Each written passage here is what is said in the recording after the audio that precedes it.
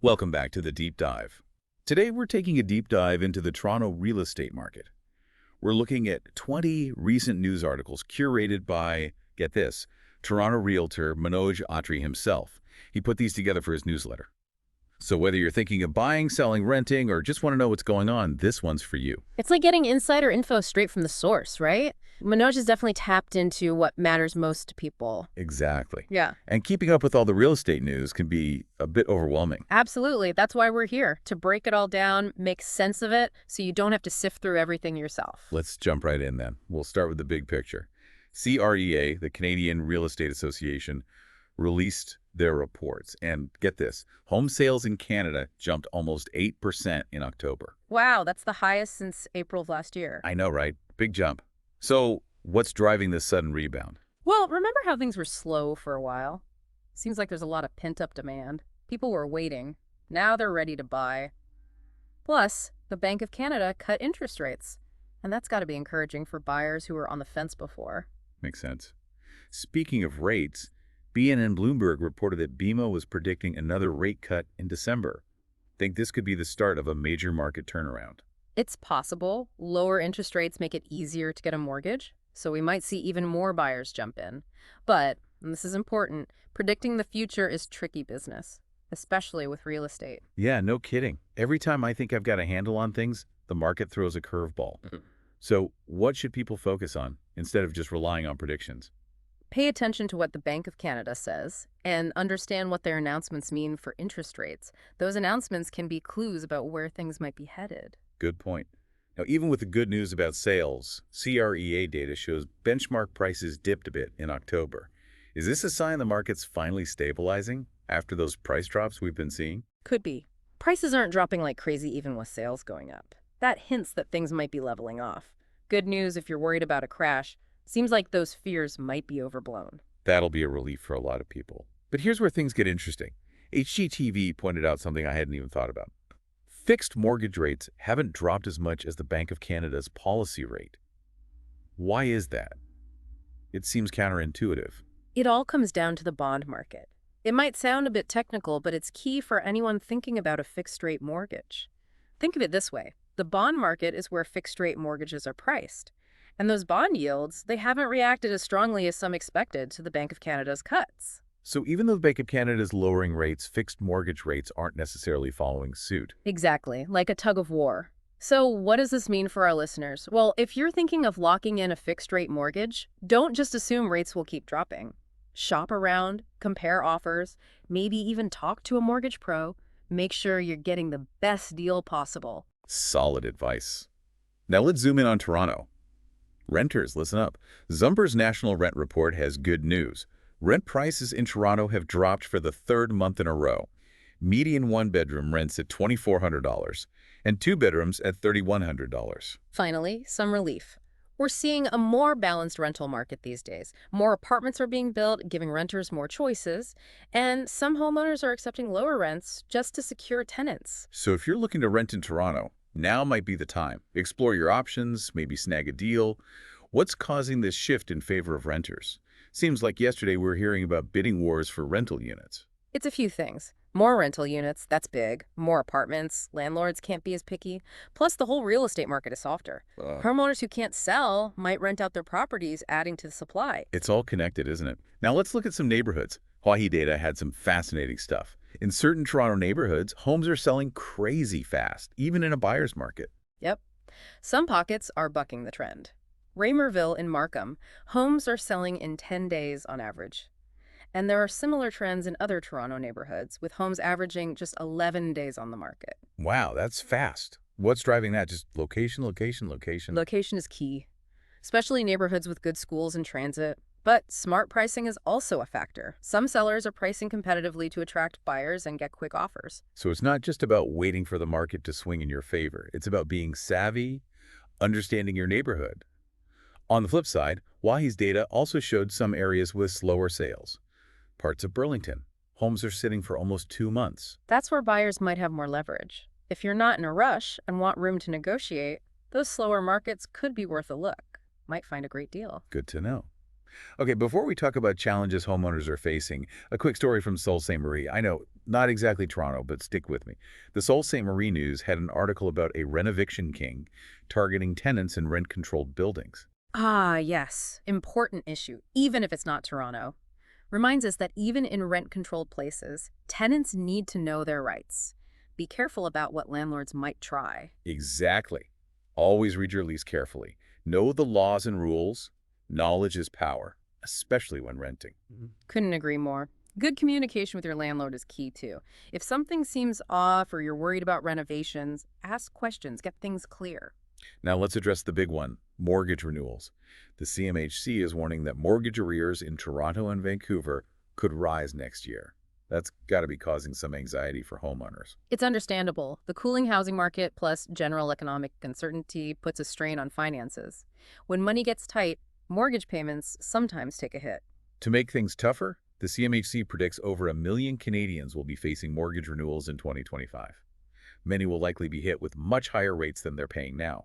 It does raise concerns about affordability. Many people got mortgages when rates were super low. They might not be ready for a big increase. It's crucial to start planning for renewals now. So what can homeowners do to get ready for those potentially higher rates? Review your current mortgage. Understand how much your payments might go up. Online mortgage calculators can give you an estimate. And if you're worried, talk to a financial advisor or mortgage broker. They can help you explore options like refinancing or adjusting your amortization period. Great tips. The CMHC report also has some suggestions for those who might already be struggling to make payments. Things like deferral programs, extending amortization, even adding missed payments to the principal. Those can offer some relief, but important to remember they're not long-term fixes. If you're having money troubles, talk to your lender as soon as possible. They can help you figure out a plan. Communication is key. That's reassuring. There's another layer to this renewal issue. It's tied to the overall economy. RBC economist Nathan Jansen says a weakening job market could be a bigger threat to households than mortgage renewals. Good point. If people start losing jobs or their income drops, that's going to impact their ability to pay bills, including their mortgage. So it's not just about interest rates, it's about how stable jobs are. One thing leads to another, doesn't it? So how can listeners stay ahead of the curve, make smart decisions in such a complex environment? Stay informed, be proactive, watch those economic indicators, understand what affects interest rates, and have a solid financial plan. Now let's talk about something that's affecting the housing market in a big way: immigration. The Canadian press reported on the Liberal government's decision to cut immigration over the next 3 years. It's causing a lot of talk, especially about its impact on housing. The government says reducing immigration will help ease pressure on the housing market, make it more affordable for Canadians. It's complicated, with good arguments on both sides. The Parliamentary Budget Officer, the PBO, predicts these immigration cuts will shrink Canada's housing gap by 2030 by as much as 45%. Realistic. That prediction uses the government's population projections, but even they admit there's some uncertainty there. Predicting long-term population trends is tough. There are always unexpected things that pop up. Should people take these long-term predictions with a grain of salt then? It's always good to be cautious about long-term stuff. Look at different viewpoints. The government's decision is probably driven by several things, like worries about affordability, but we'll have to see what the real impact is. Before we move on, a couple of stories that caught my eye. Not directly Toronto, but interesting. One from castanet.net about a Kelowna realtor find for using doctored photos in a listing, Photoshopped to make the property look nicer. A reminder that buyers need to be careful. Don't just rely on what you see online. Ask questions, check things out, especially when you're buying a home. Absolutely. Then there was a story from City News Montreal about a BC realtor faking documents to get a client a mortgage. A serious ethical breach. These things happen, sadly, even if they're not common. It shows why working with trustworthy professionals who follow the rules is so important. If something feels wrong, trust your gut and get a second opinion. Do your homework. Make sure you can trust the people you're working with. Speaking of trust and ethics, there's a lot of talk about affordability these days. Global News had an article about a Habitat for Humanity survey. It found that a lot of British Columbians feel priced out of the market. They think owning a home is a luxury they just can't afford. That feeling's not just in BC.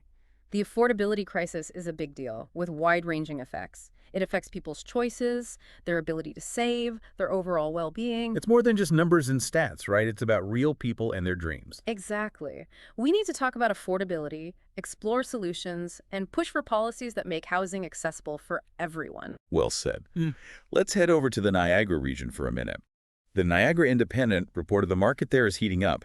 Sales in October were up over 40% compared to last year. The president of the Niagara Association of Realtors says it's because buyers are more confident, thanks to those recent rate cuts and some upcoming mortgage rule changes. Interesting how different areas react to market shifts. Toronto's more balanced while Niagara's booming. Could this be a sign of things to come for other regions? A ripple effect? Maybe. As affordability becomes a bigger issue in cities like Toronto, buyers might look to more affordable places like Niagara. That demand could then push up prices in those areas. It's a constant push and pull. Now, back to the national scene. A report from Better Dwelling caught my attention. It suggests those recent GDP revisions might have given a misleadingly rosy picture of the Canadian economy, leading to the Bank of Canada cutting rates too soon. Bold statement. What's their reasoning? They say the revised GDP figures, which showed stronger economic growth than first thought, suggest the economy might be closer to its limit. That's important because if the economy is hotter than we thought, it could mean higher inflation later on. The Bank of Canada's job is to control inflation, so they might have to rethink their interest rate strategy. So could we see rates going back up sooner than we thought? It's a possibility. The Bank of Canada will likely consider these new GDP figures when they make their next decision. Reminds us that economic data is always changing, and it can have a big impact on real estate. It's a lot to keep track of, but I think that's a good place to pause for now. We've covered a lot. Market trends, interest rates, rental insights, even some ethical stuff. We're just getting started. We'll be back in a moment to keep diving deep into the Toronto real estate market. Stay with us. Welcome back to the deep dive. Before the break, we were talking about how economic data can be a bit tricky and how it could even influence the Bank of Canada. Right, and now we're getting into the nitty-gritty. Things like market manipulations and strategies people are using to get ahead. It's important to remember most real estate pros are ethical, but there are always a few who might try to bend the rules. Take advantage of loopholes. Like shadow flipping. It's been in the news lately. Better Dwelling had a great article on it. Can you explain what it is and why it's so controversial? Okay, so imagine you're selling your home. You accept an offer, but before the deal's done, that buyer turns around and sells it to someone else for a much higher price. That's shadow flipping in a nutshell. So they're profiting from a deal that's not even final. That sounds risky, maybe unethical. What's the point? It's about taking advantage of how the market works. The first buyer might know about something that'll increase the property's value soon, a new development, a trend, something like that. By quickly reselling before the original deal closes, they cash in on that expected price jump. What about the original seller? They're losing out, right? Definitely. They might not know the property's real value, could miss out on a lot of profit. That's why it's controversial. Is everyone being treated fairly? Is it transparent? Is it even legal? It's a gray area, not directly illegal in Canada. But there are rules to stop unethical stuff. Realtors have to act in their clients' best interests. That includes making sure they get a fair price. So if a realtor gets caught shadow flipping, they're in trouble. Big trouble. They could lose their license, maybe even face fines or other penalties. Good to know. Sounds like the takeaway is be transparent. Buyers and sellers need all the info, and they need to trust the people they're working with. Absolutely. Trust is everything in real estate. Let's talk about another tactic that can be a bit shady. Bully offers. The Toronto Star had a piece on this. Have you ever dealt with one? Not me personally, but I've heard stories from friends. Doesn't sound fun. What's a bully offer? Why are they so intimidating? It's a really aggressive offer made before the official offer date, usually with tight deadlines, conditions that pressure the seller to accept quickly. Trying to force their hand before they can see other offers. Exactly. Works well in a hot market, lots of competition. Buyers who play hardball might use it to grab a property before anyone else can. But it could backfire too, right? If a seller feels pressured, they might say no, even if the offer is good. You're right. Bully offers are risky. Push too hard, the seller might refuse to budge. So, what's the advice for our listeners if they're facing a bully offer or thinking of making one? Sellers, remember, you're in control. Don't feel pressured. Take your time, talk to your realtor, make a smart decision. Buyers, think carefully. A bully offer might work sometimes. but it could also make the seller mad and ruin your chances. Great advice. Now let's switch gears again. Blind bidding. Some people want to get rid of it entirely. What's the controversy about? Imagine going to a store, want to buy shoes, but you don't know the price until you've agreed to buy them. That's blind bidding. Buyers make offers without knowing what others are offering. So you're just guessing. No clue if you're paying too much or too little. Exactly. Creates uncertainty, can lead to inflated prices. Buyers might get caught in a bidding war, offer way more than they wanted to just to get the property. I see why that's frustrating. People are talking about making the process more transparent. What are the arguments for and against blind bidding? People who like it say it protects buyers' privacy. Buyers can offer their best price without feeling pressure from knowing what others are doing. They also say it can help sellers, might push the final price up. Protecting both sides, in a way. What about the other side? The arguments against it. They say it's unfair, not transparent. Buyers should know what others are offering, make informed decisions. They also say it can inflate prices, making housing less affordable. Complex issue. Good points on both sides. Will be interesting to see how it plays out. Will things change in the future? Definitely something to keep an eye on. Let's talk rentals. Remember all those bidding wars? Landlords calling the shots? Maybe those days are over. I've noticed a change. Feels like renters have more power now. Why is that? The Toronto rental market has cooled down. Rents are dropping. Some landlords are even sweetening the deal to get tenants. Things like free rent for a month or paying the utilities. Good news for renters. What's behind this shift? A few things. More rentals available, that's a big one. More apartments means more choices for renters. Plus, the whole real estate market is softer. Homeowners who can't sell might rent out their places instead. More supply. One part of the market affects another, right? Exactly. Renters need to understand this so they can get the best possible deal. Okay, back to the bigger picture. We talked about interest rates, but there's another thing that often gets overlooked: inflation. Inflation is a silent killer. It can really impact real estate. It's how much prices for stuff go up over time. And when it's high, your money doesn't buy as much as it used to. How does it affect real estate specifically? Affects both buyers and sellers. For buyers, higher inflation means borrowing money gets more expensive, harder to get a mortgage. Higher construction costs because of inflation can also make new homes pricier. Tough for anyone trying to buy then. What about sellers? It's a mixed bag. Their property might be worth more, but they might also have to pay more if they're buying a new place. Got to find that balance. Understand the risks and the potential rewards. Absolutely. Now, there's talk about a possible recession. What would that do to real estate? That's on everyone's mind. Recessions are never good, especially for housing. What can we expect if one hits? Recessions usually mean the economy shrinks. People lose jobs, spend less, and when people are worried about money, they don't buy big things, like houses. So, less demand for housing. Right, and when demand goes down, prices usually follow. Could lead to a buyer's market. Buyers have more power to negotiate. Good for buyers who've been waiting for prices to drop. But recessions are also unpredictable. Things can change fast. You got it. Be cautious with any real estate decisions during a recession. Think things through. Now, something that's been a hot topic in Toronto for years: foreign buyers. People blame them for high prices, making it tough for locals to afford homes. What's your take on their role in the Canadian market? It's complicated, lots of debate. Some say they bring in investment, help the economy grow. Others say they inflate prices, make it harder for Canadians to buy homes. The government's trying to control foreign buying with things like the foreign buyer's tax. Is it working? Jury's still out on that. Some data shows it's cooled things down in places like Vancouver and Toronto, but some say it hasn't done much. No easy answers. Nope. Gotta look at all sides. There are good arguments on both sides. Okay, one more thing before we wrap up this deep dive. Something that can really shake things up: government policies. Governments can have a big impact. Zoning, taxes, all sorts of things can affect how affordable housing is, how much is available. For example, they recently changed the mortgage rules. Now you can get 30-year mortgages for new homes. What will that do? It could help some people get into the market, lower monthly payments. But there are risks. Paying back over a longer time means more interest in the long run. So buyers have to weigh the pros and cons. Exactly. Shows how government policies can have both good and bad effects on real estate. It's been a whirlwind tour of the Toronto market.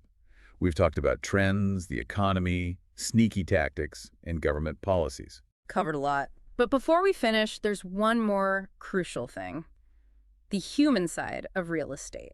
So important. It's easy to get caught up in the numbers and the market. But real estate is about people's lives, finding a home, building a future, making memories. And that's what matters most. Whether it's a first-time buyer or an experienced investor, everyone has their own story, their own goals. That's where a good real estate pro comes in.